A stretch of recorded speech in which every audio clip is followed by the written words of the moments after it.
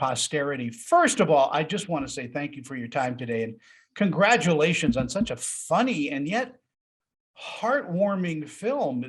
I identify heavily with theater people. And Tara, I'll start with you. Tell me a little bit about Sandrine.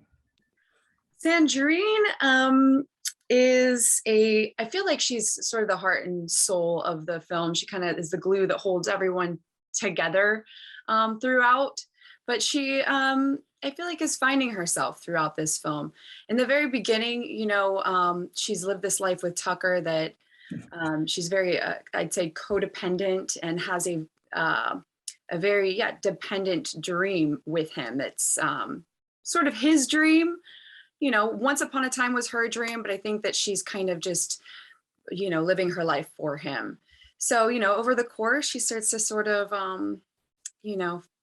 dig in deep and figure out what it is that she really wants. Through the course of, all these crazy characters that come into the picture, she starts to sort of see, who Tucker is, who she is, and what their journey is together. Stephen, were you guys friends before the film? Did you guys know each other, or that chemistry just happened after the auditions? Yeah, thankfully. There's a lot of times where you enter into this and you don't know if the person you're going to act with is even good at acting. And then, but it was definitely, I lucked out in having Tara as a scene partner, especially since we share so many scenes together. But yeah, we hit it off right at the bat. We got there and started running lines, I think, one night before everything started, and it just started to make sense. It all started to click, and then thankfully, that translated on screen too. Yeah, we've watched this movie twice within the last week with two totally different audiences, and what's nice to see is that both times people really do get invested in the relationship that we share, no matter how crazy my character gets during the whole process. Tara, does music play any role in you developing a character? Do you listen to soundtracks and playlists? All the time. Music is actually my first love. If I had any ability, that would be my path, but not so much. But yeah, I listen to a lot of music, particularly a lot of music for Sandrine. Like, I had to sing Prairie Girls, so I listened to that. I got a pre-recording of that sent to me, so I listened to that over and over. And then just on set in between takes and stuff, it is very grounding for me. So yeah, nailed it on the head there. How about you, Stephen? I'm trying to learn guitar right now, which is proving to be a very difficult task. So wow. Anyway, I'm an auto harp survivor. Okay. Not a sentence you hear every day. In the modern world, there's just no reason to have an auto harp or an accordion unless you're a prisoner of war. That's it. Stephen, how about you? Does music play a role in your life and in developing characters? Yeah, I'd say for Tucker, there was a lot of Mozart running through those headphones. A lot of, just trying to get as extra and but passionate as possible. It's not, there are certain roles that require a lot of loud, heavy metal. And this was, usually I'd go into something that needs a lot of energy with that kind of a take. But with this one, it was to make him as faux Renaissance as I possibly could. It was a lot of heavy classical music during that filming period. Tara, is there a moment, when you're filming an independent film like this, where everybody becomes a family? I mean, do you wait for that moment? Does it happen all the time? Luckily on this one, it doesn't happen every single time, but this one, it really did right out the gates. We all just sort of meshed together. I'm sure there's many different reasons for it. We're all kind of like theater nerds at heart. And so we just all got each other right away.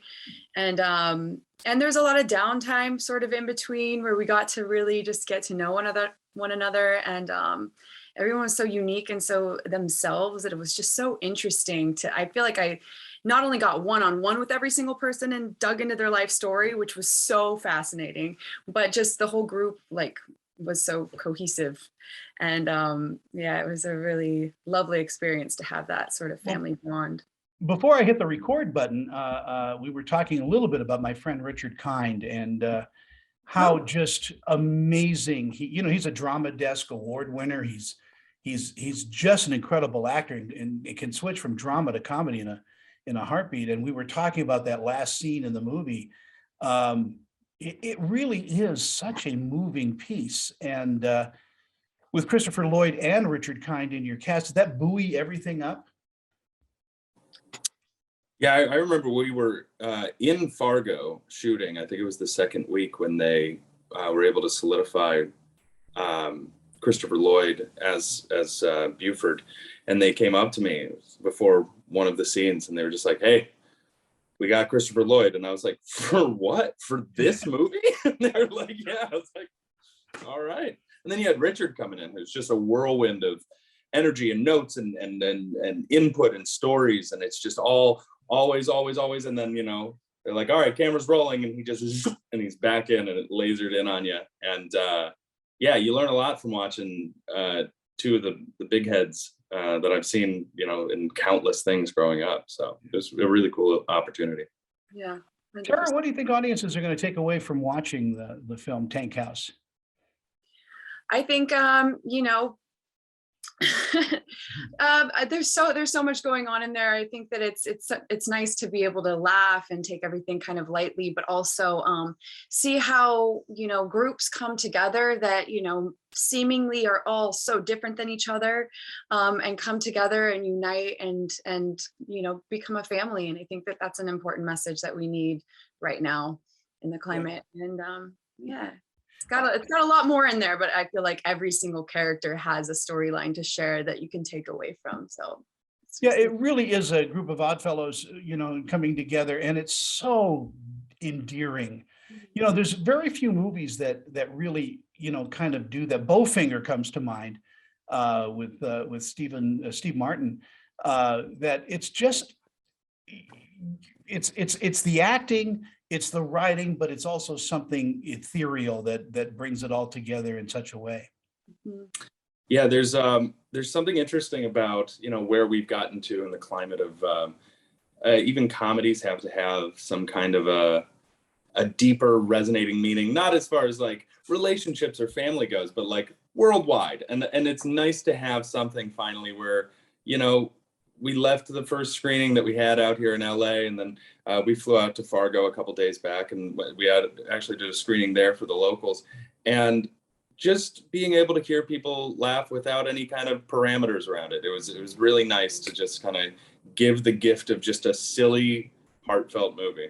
Yeah. Please. They laughed at such different parts than the LA crowd. So it's just so interesting how everyone sort of has their unique individual perspective on things and comedy.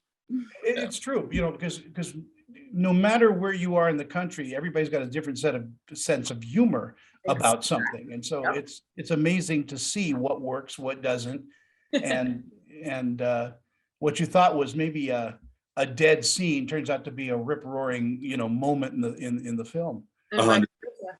Yeah. Tara, before I leave, I want to say I loved you in Z Nation. Really? Okay. Yeah. Hey, listen, I watch all kinds of stuff. That is such a silly, funny, interesting show. It's definitely not for everyone, but I'm happy you watched it. When I first got that, I watched it from the beginning, and I'm like, what am I getting myself into? Who had the better catering, Z Nation or this film?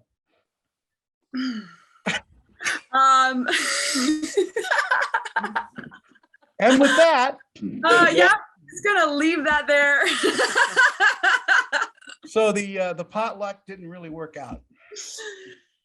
They both, one was in Spokane, Washington, and the other one's in Fargo, North Dakota. Enjoy the corn. It was a pleasure talking with you.